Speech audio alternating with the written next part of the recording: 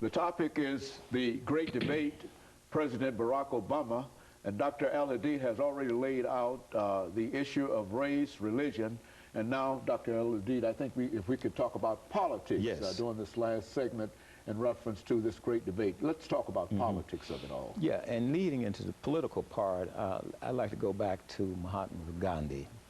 Some of his biographers once said that Gandhi was a saint trying to be a politician. And if you use that as an example, I would say that Obama is a politician trying to be a saint. Okay. And you know, politics is a very interesting business. You know, you have all type of people. So in that sense, I think he is doing, you know, an excellent job. Let's look at his campaign. His campaign, I think, spoke to the fact that the nation was divided. You know, people were being polarized. If racism was not above ground, it was certainly underground. And, you know, you had people of religion and getting involved, and it just, America was just becoming so divided. So he was able to come along using pretty much some of Dr. King's language of unity. You know, Dr. King said he had a dream that was deeply rooted in the American dream, that we hold these truths to be self-evident. And so I think Obama is also able to select passages from the Bible and passages from the Constitution. Of course, he's a constitutional lawyer, and he taught constitutional law at the University of Chicago for 10 years while he was serving as state senator. So he's able to, you know, combine these things. So what I see is Obama is pushing Dr. King's agenda inside of the legal and the political arena. And that's how I see him in that sense. Now, back to what I was saying, he was very unusual. I think he was able to capture the hearts and imagination of people under 40 years old. And he was also able to tap into the anger that was out there and the disappointment that was out there, you know, and tap into the fact that people didn't have jobs.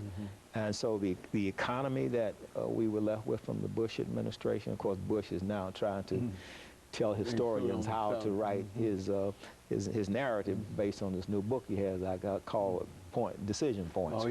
He's just giving the historians some markers, but I think historians should step back and be very independent as they write this history about Bush.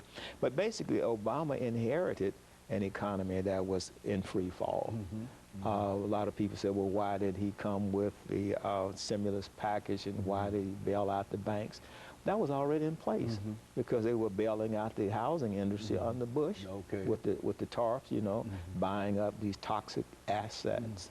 Paulson was recommending that. So basically, he was continuing a type of Keynesian economics to keep the economy from going into a global depression.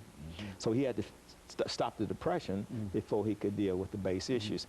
Now I think he's in a situation at midterm, he's done 2 years, where he's going to have to focus on the core issues, which is the economy and jobs.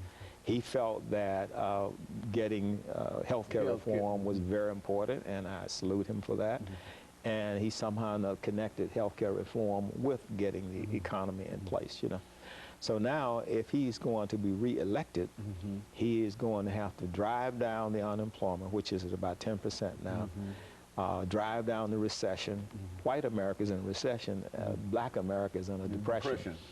And so he's going to have to deal with the core economic issues. Now, whether or not he can do that in 24 months, you know, remains to be seen, especially since he does not have, the Democrats don't have control of the House of Representatives as they had when he got the health care measure. They were controlled in the Senate and the House of Representatives.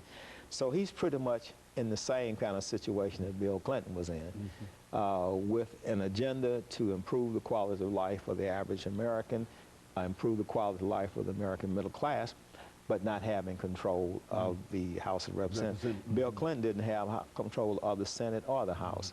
Now Obama barely has control of the Senate. So we're now starting to see that he is human. You know, when he was running for president, people thought that he was the Messiah. Okay. You know, like he was could walk on water. You know, but at that time he was a poet, and now that he's having to govern, it's a whole different story. It's one thing to campaign and get elected, and it's a totally different animal to deal with getting people to go along with you, making the compromise. You know, politics is the art of the possible.